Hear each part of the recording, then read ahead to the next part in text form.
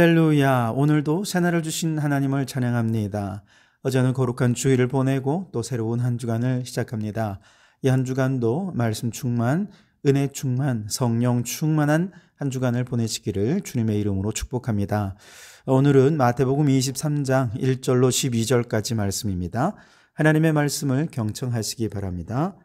이에 예수께서 무리와 제자들에게 말씀하여 이르시되 서기관들과 바리새인들이 모세의 자리에 앉았으니 그러므로 무엇이든지 그들이 말하는 바는 행하고 지키되 그들이 하는 행위는 본받지 말라. 그들은 말만 하고 행하지 아니하며 또 무거운 짐을 묶어 사람의 어깨에 지우되 자기는 그것을 한 손가락으로도 움직이려 하지 아니하며 그들의 모든 행위를 사람에게 보이고자 하나니 곧 그 경문 띠를 넓게 하며 옷수를 길게 하고 잔치의 윗자리와 회당의 높은 자리와 시장에서 문안 받는 것과 사람에게 랍비라 칭함 받는 것을 좋아하느니라.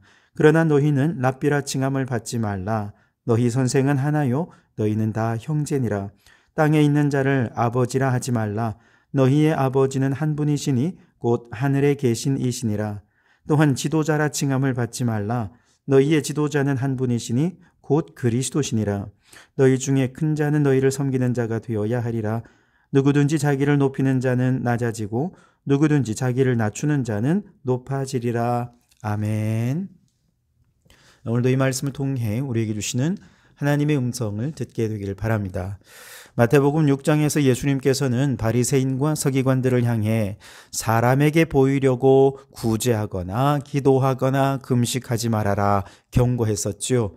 이러한 이중적이고 형식적인 신앙생활은 하나님과 인격적인 교제로 사랑이 넘치는 역동적인 신앙생활을 마치 박물관에 전시된 박제된 신앙처럼 화석화된 종교생활로 전락시켜 버리고 말기 때문에 이미 이 바리새인들과 서기관들 같은 유대 종교 지도자들이 이런 신앙생활을 하고 있을 뿐만 아니라 더 심각하게는 다른 백성들에게도 자신들의 신앙의 모범을 본받으라는 식으로 가르쳐온 여기에 대해서 주님께서 아주 심각하게 보시고 경고하신 거죠.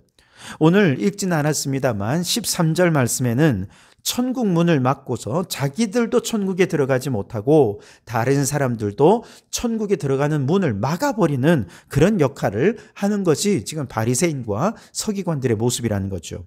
그래서 예수님께서 이제 십자가를 지러 예루살렘에 입성하셔서 그렇게 죽음의 길을 가는 과정에서 이러한 바리새인들의 행태에 대해서 다시 한 번 더 심각하게 책망하시고 경고하는 내용이 오늘 본문의 내용입니다. 3절에 보시면 그러므로 무엇이든지 그들이 말하는 바는 행하고 지키되 그들이 하는 행위는 본받지 말라. 그들은 말만 하고 행하지 아니하며 그랬습니다. 사실 가르치는 위치에 있는 사람에게 늘 고민이 되는 건 자신이 가르친 것과 즉 말한 것과 행동하는 것이 일치되지 못하는 데 있죠. 하지만 말한 대로 행하기 위해 노력하면서 행동이 따라가지 못하거나 실천하는 데 실패했다면 그 사람은 이미 말씀 안에 있는 것입니다. 언젠가는 말과 행동이 일치하는 데까지 나아가게 될 것입니다. 하지만 아예 말과 행동을 따로 구분해 놓고 말만 하고 행동을 변화시킬 생각조차 하지 않는다면 그는 말씀을 벗어난 자가 되고 예수님께서 본받지 말라 말씀하시는 대상이 되는 것입니다. 자, 배우는 학생의 입장을 한번 생각해 볼까요? 학생의 입장에서는 선생님이 가르친 대로 살지 못한 것을 볼 때 선생님에 대해 실망할 수 있겠죠. 때로는 비난도 할 수 있을 겁니다.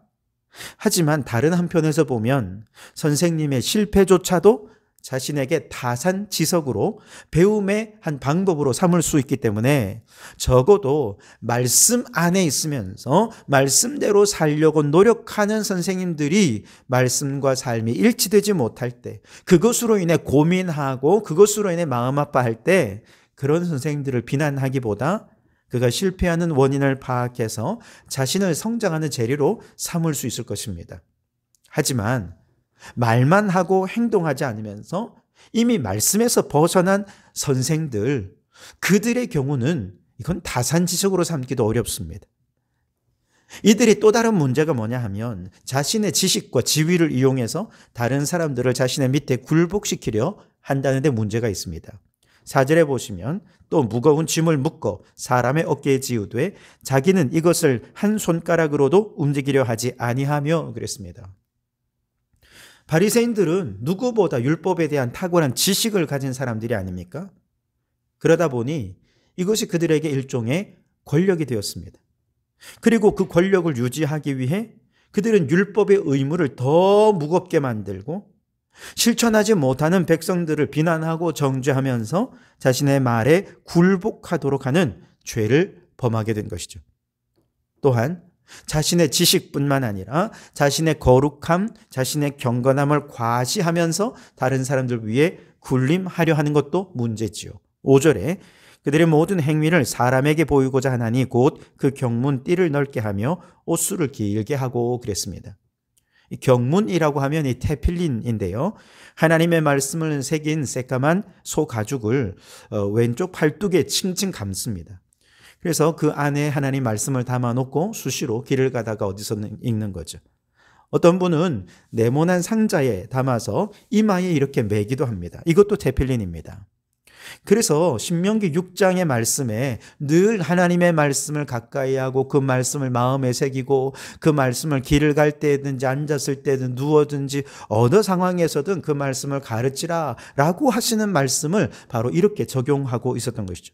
그런데 세월이 지나면서 이게 이제 남들에게 자신의 경건함을 과시하려는 또 다른 상징이 되는 거죠. 그래서 경문의 띠를 다른 사람보다 넓게 하면 더 눈에 잘 띄니까 자신의 경건성을 자랑하려고 하는 도구가 된 것이죠. 그와 함께 옷술도 점점 크고 길게 늘어뜨렸다 그랬습니다. 이 옷술은 흰색과 청색 실로 직조한 것인데 그 사람의 종교적, 사회적 권위, 지위를 대표적으로 나타내는 상징이었습니다. 이 술은 4개가 한 쌍을 이루는데 그중 하나라도 손상을 입으면 4개 전체를 바꾸어야 할 만큼 이 술을 아주 소중하게 여겼습니다. 만일 주인의 허락 없이 옷술을 만진다면 그 종에게는 최고 사형까지도 언도할 수 있을 정도로 아주 중요하게 여겼죠.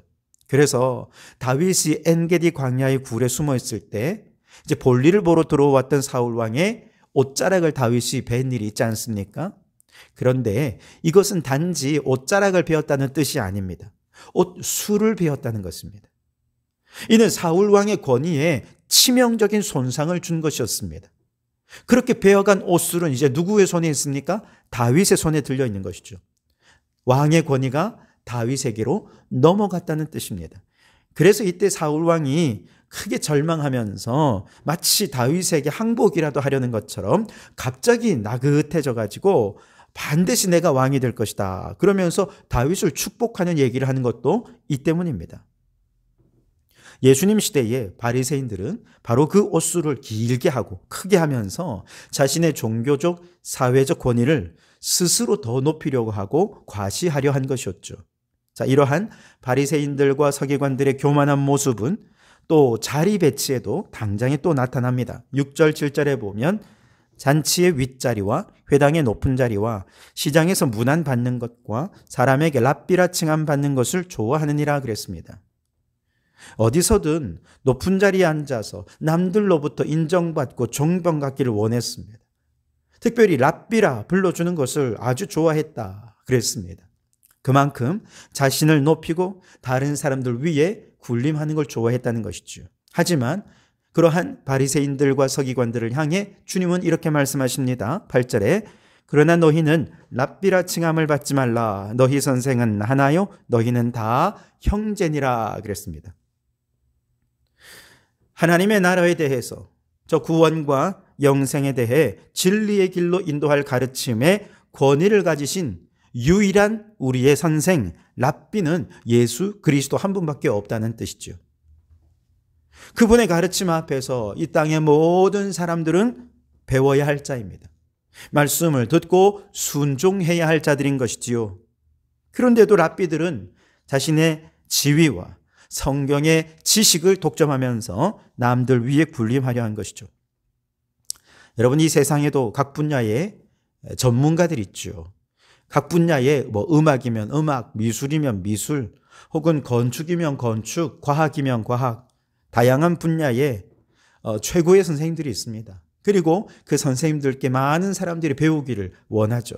자, 그렇게 사람들이 그를 찾고 원하고 박수 쳐주고 그러면 사람들은 자신의 전문적인 지식이 이제 권력이 되기 시작합니다. 그리고 그 권력으로 다른 사람들 위에 군림하려는 것이죠. 예를 들어 법 지식을 가지고 남들 위에 군림하면 남들은 엄격하게 법을 적용해서 자신에게 복종시키려 하지만 자신과 다른 지인들은 법 지식을 교묘하게 사용해서 법 적용을 받지 않도록 한다는 것이죠.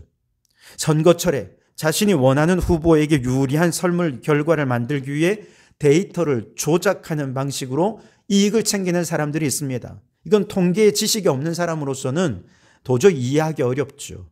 자신이 가지고 있는 지식을 가지고 이 사람 국회의원 만들어주기도 하고 떨어뜨리기도 하는 거죠. 그러다 보니 이런 사람들이 국회의원 뒤에서 쥐고 흔들면서 온 나라를 소나기에 쥐려고 했던 대표적인 사람이 명태균이 아닙니까? 이런 사람들이 자신의 지식을 가지고 권력이 되어서 그 권력으로 사람들을 위해 군림하려는 이 시대의 바리새인들인 것이죠. 바로 이런 사람들에게 주님은 말씀하십니다. 너희는 다 형제니라.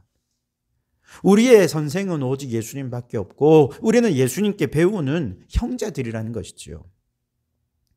그러니 우리가 열심히 공부해서 내가 익힌 나의 분야의 전문적인 지식을 쌓는 이유는 이걸로 남을 도와주기 위해서죠. 지식이 없는 형제들을 돕고 섬겨서 그들이 인간으로서 존엄함을 갖고 살아가도록 하기 위해서 하나님께서 그 전문적인 지식을 공부하게 하신 것입니다.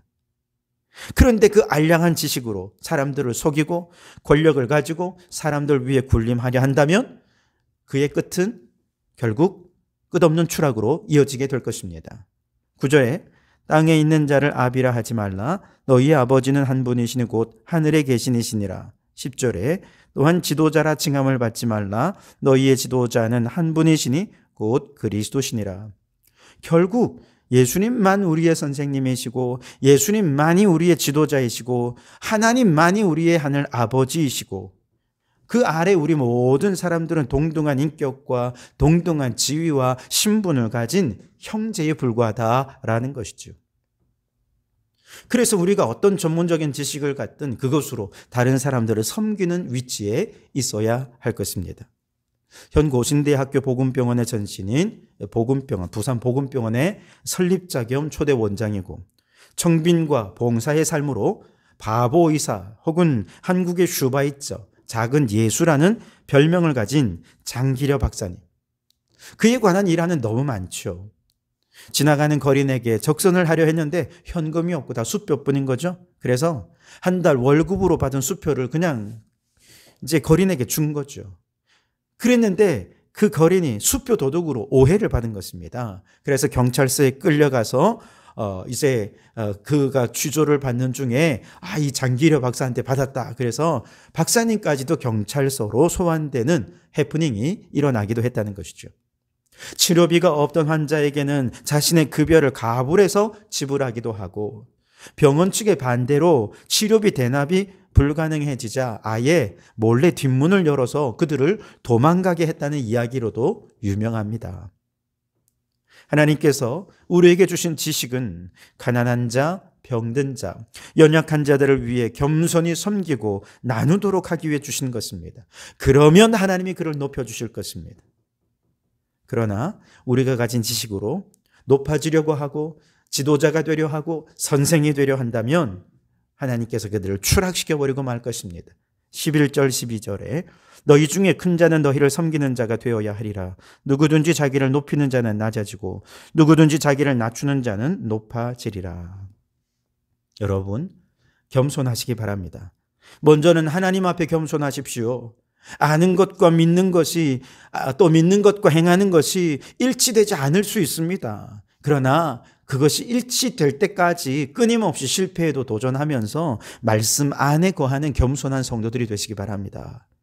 하나님께서 우리 각자에게 주신 전문적인 지식으로 우리가 랍비라 칭함받거나 높은 자리에 앉으려 하거나 그렇게 하기보다 더 낮은 곳에서 형제들을 돌보고 섬기어서 우리 주님께서 그를 높여주시는 하나님 나라 일꾼이 되실 수 있기를 주님의 이름으로 축원합니다.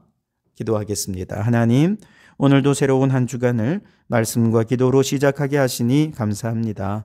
주신 말씀대로 겸손한 저희들이 되게 하옵소서. 하나님 앞에 겸손하게 늘 말씀을 읽고 묵상하며 말씀에 순종하는 자가 되게 해 주시옵소서. 자신의 지식과 경건함을 자랑하기보다 주신 지식과 능력으로 더 가난하고 연약하고 힘없는 자들을 돕고 섬기는 하나님 나라 일꾼 되게 해 주시옵소서. 예수님 이름으로 기도하옵나이다. 아멘.